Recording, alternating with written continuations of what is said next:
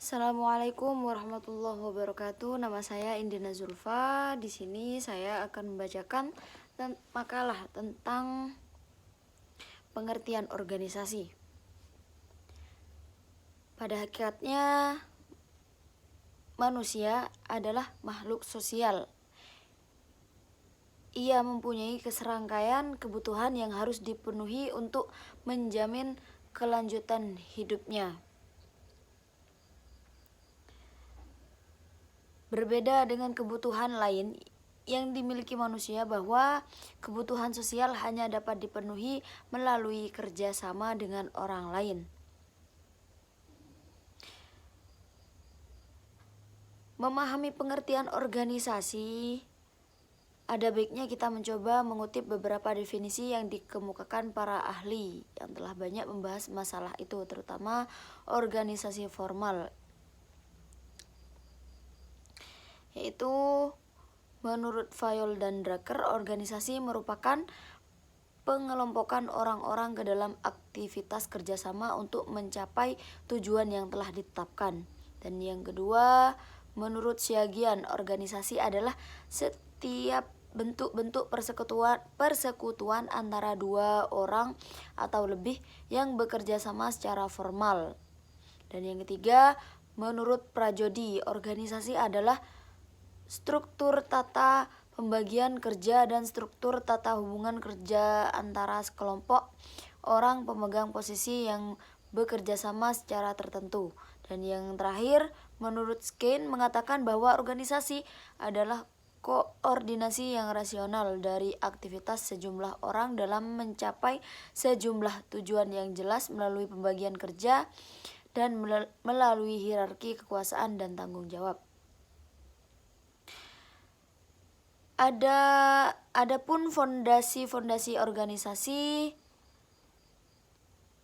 banyak istilah yang dipergunakan untuk fondasi organisasi. Misalnya ada para ahli yang mempergunakan asas-asas organisasi, prinsip-prinsip organisasi, atau landasan-landasan organisasi.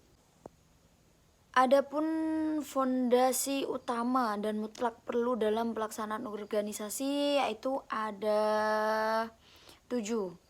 Yang pertama, perumusan tujuan organisasi, dan yang kedua, pembagian kerja atau tugas, dan yang ketiga, koordinasi, dan yang keempat, pelimpahan wewenang, dan yang kelima, rentangan kontrol, dan yang keenam, jenjang organisasi, dan yang terakhir, fleksibilitas. Yang C, proses pengorganisasian, merupakan proses menyusun organisasi formal dengan melakukan aktivitas merancang struktur. Menunjukkan 3 langkah sebagai prosedur. Yang pertama, perincian pekerjaan, yaitu menentukan tugas-tugas apa yang harus dilakukan untuk mencapai tujuan organisasi.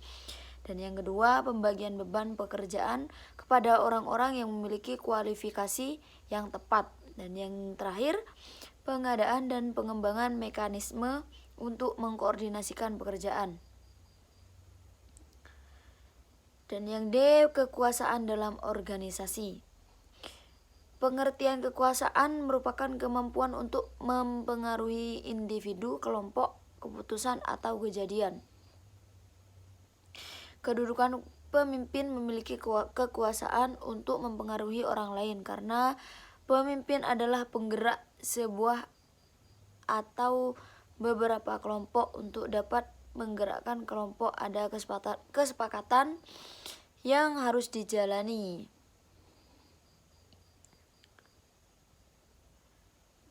Dan yang kedua, ada strategi dalam menjinakkan kekuasaan dan kewenangan. Menjinakkan kekuasaan bukan hal yang mudah dengan cepat kita dapatkan, akan tapi meneliti, menilai, membuat strategi, dan melakukan kegiatan aksi adalah langkah-langkah yang harus ditempuh, dan mungkin memakan waktu yang sangat lama. Mungkin hanya itu dari saya. Apabila ada salah kata, saya minta maaf. Wassalamualaikum warahmatullahi wabarakatuh.